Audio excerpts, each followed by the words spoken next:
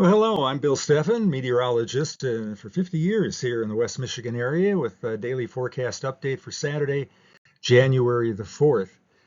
We've got a lot to talk about here. First of all, a cold day here. We haven't had too many of those this winter. Look for temperatures this afternoon to reach only the low 20s, and low temperatures Saturday night, Sunday morning should be hanging around 15, 16 or thereabouts.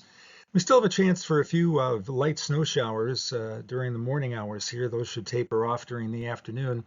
Most of the weekend, we should see fairly dry road conditions on the main roads, especially.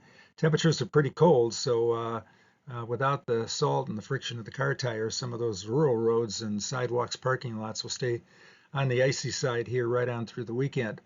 The wind to be out of the northwest 10 to 15 miles an hour, and that means that we still could get a touch of drifting snow in some of the outlying areas, but not much of that. And wind chill temperatures will be around 10 above, so typical cold January weather. Here's what we have ahead for us here. Low 20s here today. We'll see temperatures back up into the mid 20s for Sunday, Monday, and Tuesday, so nothing real warm. We'll have a chance for a few isolated snow showers here by late Sunday, and those will continue into Monday and Tuesday. Not anticipating any heavy amounts of snow here for us, but certainly the possibility that there could be an icy spot somewhere. So again, there's a chance of a light, mainly light snow shower here during the morning hours. Again, the activity tapering off during the afternoon. Continued cold right on through the weekend, and in fact into much of next week. It may be a touch breezy in some of the outlying areas or right by Lake Michigan, but not a bad day coming up. And hey, I'll tell you more about this later on, but we are missing a big snow and ice storm, which is off to our south that will really hinder travel for anybody heading south. So we'll talk more about that in just well, we're going to talk about that right now. Here's the graphic. We're on the top graphic here. Wherever you see the yellow color or the orange or the red, that means there's a better than 50-50 chance of 8 inches of snow.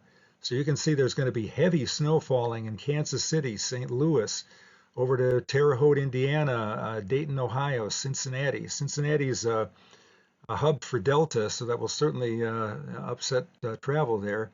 It weakens a touch as it crosses the mountains, but then picks up a little bit, and I could see several inches more snow in Washington, D.C.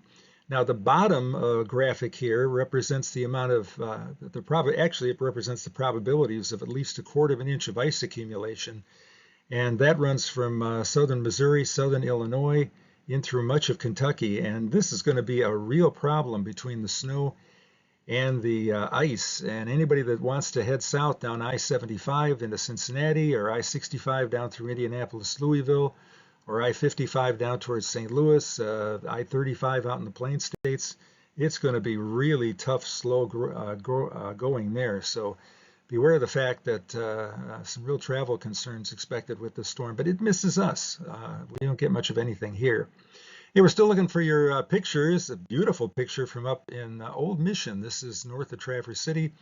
Beautiful area up there. A lot of times people go up there during the summer and during the fall color season.